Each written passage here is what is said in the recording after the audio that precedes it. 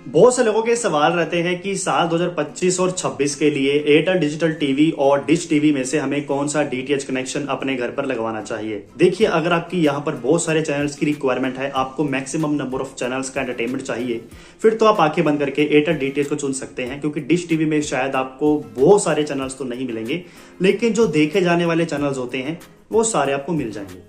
Dish TV basically नए channels को launch करने में ज़्यादा फोकस नहीं कर रहा है काफ़ी समय से, और मेरे ख्याल से ये प्रॉब्लम तब शुरू हुई है जब डे2 के साथ इनका मर्ज हुआ था, और उसके बाद से डिश टीवी ने जो है नए चैनल्स को लेकर दिलचस्पी कम कर दी है। बहुत ही रेयर चांसेस होते हैं जब डिश टीवी डीटीएच प्लेटफॉर्म में कोई नया चैनल आपके लिए ऐड किया जाता है, नहीं तो जो चैनल्स आपको मिल रहे हैं कंटिन्यूसली वही आपको रेगुलरली बेसिस पर मिल रहे हैं। लेकिन एयरटेल यहाँ पर जो है हर समय हर महीने कुछ न कुछ नया आपके लिए लेकर आता रहता है, और इससे जो है एक क्यूरियोसिटी भी बनी रहती है, और कस्टमर जो है वो भी एक्टिव रहता है कि उसके लिए कुछ ना कुछ नया यहाँ पर ऐड हो रहा है। तो अगर आप नए चैनल्स को लेकर सोच रहे हैं कि या डीटीएच कनेक्शन लगवाना है तो एयरटेल आपके लिए बेटर है। लेकिन अगर आप पिक्चर क्वालिटी को लेकर सोच रहे हैं तो शायद आपको डिश टीवी से थोड़ी अच्छी पिक्चर क्वालिटी मिल जाए, और एयरटेल से भी पिक्चर क्वालिटी से कोई निराशा तो नहीं होती, लेकिन डिश टीवी थोड़ा सा बेहतर है।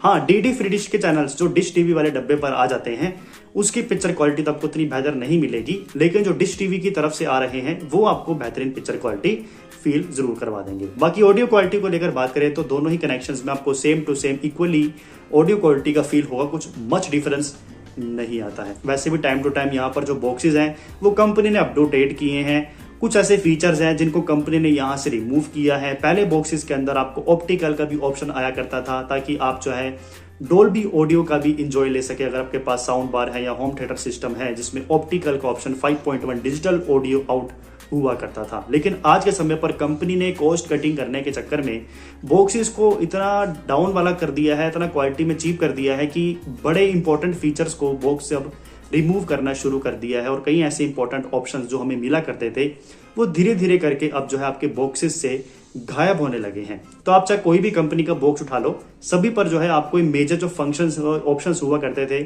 उन्हें धीरे धीरे हटाया जाने लगा है, जिसमें एक आपका ऑप्टिकल का ऑप्शन भी शामिल है जो पहले वाले मॉडल में 2017-18 के मॉडल में आया करता था, और उसके बाद धीरे धीरे करके ये लुप्त हो गया।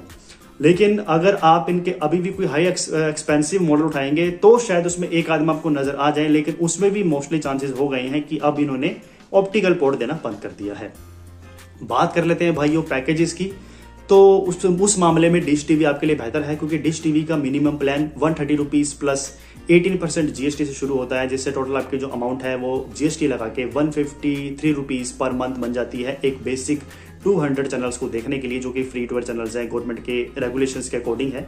लेकिन अगर हम बात करते हैं एयरटेल डिजिटल टीवी की, तो उन्होंने अभी हाल ही में 10 से 15 रुपए का इजाफा किया था एनसीएफ के दामों पर, जिससे इसकी जो कीमत है वो जीएसटी की दर लगा के 168 रुपीज हो चुकी है। तो अगर आप थोड़े से पैसे बचाने की सोच रहे हैं तो शायद आपके लिए डिश टीवी प्लेटफॉर्म बेटर हो सकता है।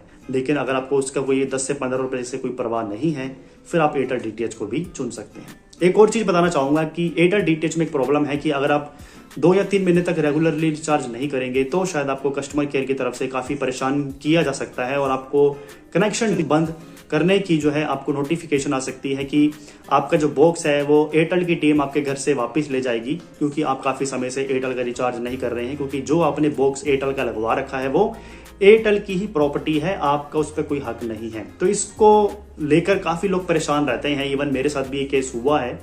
लेकिन आपको घबराने की जरूरत नहीं है, ये सिर्फ एक धमकी वाली कॉल होती है, कनेक्शन देने की कोई जरूरत नहीं होती है। ऑब्वियसली हमने पैसे दिए हैं कंपनी को, तो कंपनी का बिल्कुल भी यहाँ पर फर्ज नहीं बनता है कि वो आपको धमकाकर आपका कनेक्शन वापस उठा कर ले जाए।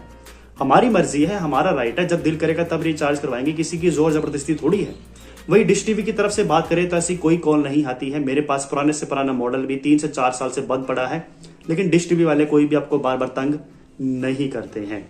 आपका जो बॉक्स है जब आपका दिल करे रिचार्ज कराओ, नहीं तो मत करवाओ। लेकिन इसके अलावा अगर हम बात करते हैं एला कार्ड चैनल्स को लेकर, कुछ लोग हैं जो कि सिंगल चैनल्स पैकेजेस के साथ लेना पसंद करते हैं, तो उस केस में एयरटेल थोड़ा सा आपको परेशान कर सकता है, क्योंकि यहाँ पर 30 डेज का लॉक इन पीरियड देखने को मिलेगा। यानी 30 दिनों से पहले आप कोई भी चैनल बंद नहीं कर सकते। 30 दिनों तक आपको उस चैनल को कंटिन्यूसली देखना ही पड़ेगा। और वही बात करते हैं डिश टीवी की, तो शायद यहाँ पर भी कुछ ऐसे ही रूल्स एंड रेगुलेशंस हैं। मैं कंफर्म तो नहीं हूँ ये डिश टीवी को कोई कस्टमर अब मुझे बता सकता है। मैं काफ़ी समय से डिश टीवी का जो सेट टॉप बॉक्स है वो उसे रिचार्ज नहीं करवा रहा हूँ, तो इसलिए मुझे कुछ ज़्यादा जानकारी तो नहीं है। लेकिन अगर कोई डिश टीवी का उपभोक्ता इस वीडियो को देख रहा है तो वो बता सकता है कि अगर उसने कोई एला कार्ड में सिंगल चैनल सब्सक्राइब किया है तो उसकी क्या स्थिति है, क्या वो 10 से 15 दिनों के बाद या अगले दिन 2 से 3 दिनों के बाद बंद करवा पा रहा है या नहीं है। तो ये कुछ प्रॉब्लम्स है भाइयों जो कि दोनों ही डिश कनेक्शंस में हमें मिल जाती है। बाकी आखिरी डिसीजन तो देखिए आपका ही होगा, आपको कौन सा कनेक्शन बेहतर लगता है। क्योंकि अगर हम मार्केट वैल्यू को लेकर बात करें तो एयरटेल का सब्सक्राइबर बेस काफी ज्यादा है। एयरटेल में आपको कई गुना ऑप्शंस मिल जाते हैं, हाइब्रिड बॉक्सेस भी इनको मिल जाते हैं। और वही दूसरी बात डिश टीवी की करें तो डिश टीवी में भी आपको हाइब्रिड बॉक्स मिल जाते हैं। एंड्रॉइड वाला सेट टॉप बॉक्स तो दोनों ही कंपनीज बना रही हैं, ऐसी कोई प्रॉब्लम तो नहीं है। लेकिन सब्सक्राइबर बेस के मामले में एयरटेल ज्यादा बेहतर है डिश टीवी के मुकाबले में, क्योंकि डिश टीवी डीटीएच बिजनेस पर कुछ खास इंटरेस्ट नहीं दिखा रहा है, सब्सक्राइबर बेस पे खास ध्यान नहीं दे रहा है। उनको पता होना चाहिए कि नए चैनल्स से ही उनका बिजनेस चल सकता है।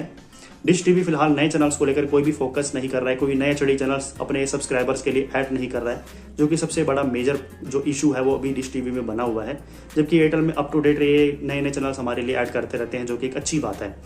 और बात करते हैं आईपीटीवी सर्विसेज को लेकर, तो वो भी एयरटेल में ही है। फाइबर कनेक्शन के साथ भी वो डीटीएच कनेक्शंस अपने प्रोवाइड कर रहे हैं एज आईपीटीवी, तो उनको यहाँ पर प्लस पॉइंट मिल जाता है। जबकि डिश टीवी के पास ऐसा कोई साधन नहीं है, यह भी सिर्फ स्मार्ट टीवी के जरिए अपनी सर्विसेज को बिना डिश एंटीना के प्रोवाइड करने की कोशिश कर रहे हैं। बाकी देखते हैं आने वाले समय में डिश टीवी का क्या होता है। इनका डीटीएच के साथ भी मर्ज हो रखा है, तो उसके बाद ये दक्षिण भारत और उत्तर भारत दोनों ही तरह के सर्विसेज को अलग अलग रूपी दे रहे हैं। नॉर्थ के लिए डिश टीवी दे रहे हैं और साउथ के लिए डीटीएच दे रहे हैं।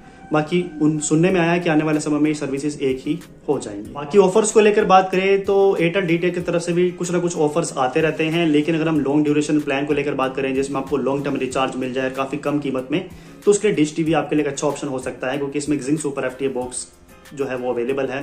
4 साल तक का सब्सक्रिप्शन उसमें कंपनी ऑफर करती है, जो कि काफी अच्छी बात है और काफी कम प्राइस में वो बॉक्स मिल जाता है। तो लॉन्ग टर्म रिचार्ज बेनिफिट के लिए डिश टीवी का अच्छा ऑप्शन है, नहीं तो एयरटेल भी आप चुन सकते हैं। बाकी आखिरी डिसीजन आपका ही है, आपको कौन सा आपके लिए बेहतर लगा है। प्लीज आप अपना ओपिनियन अपना जो है कमेंट बॉक्स में शेयर करें हमारे साथ। और अगर इन दोनों में से कोई भी कनेक्शन आप यूज कर रहे हैं तो उसको लेकर आपकी क्या राय है वो भी आप अपनी हमारे साथ शेयर कर सकते हैं। नमस्कार।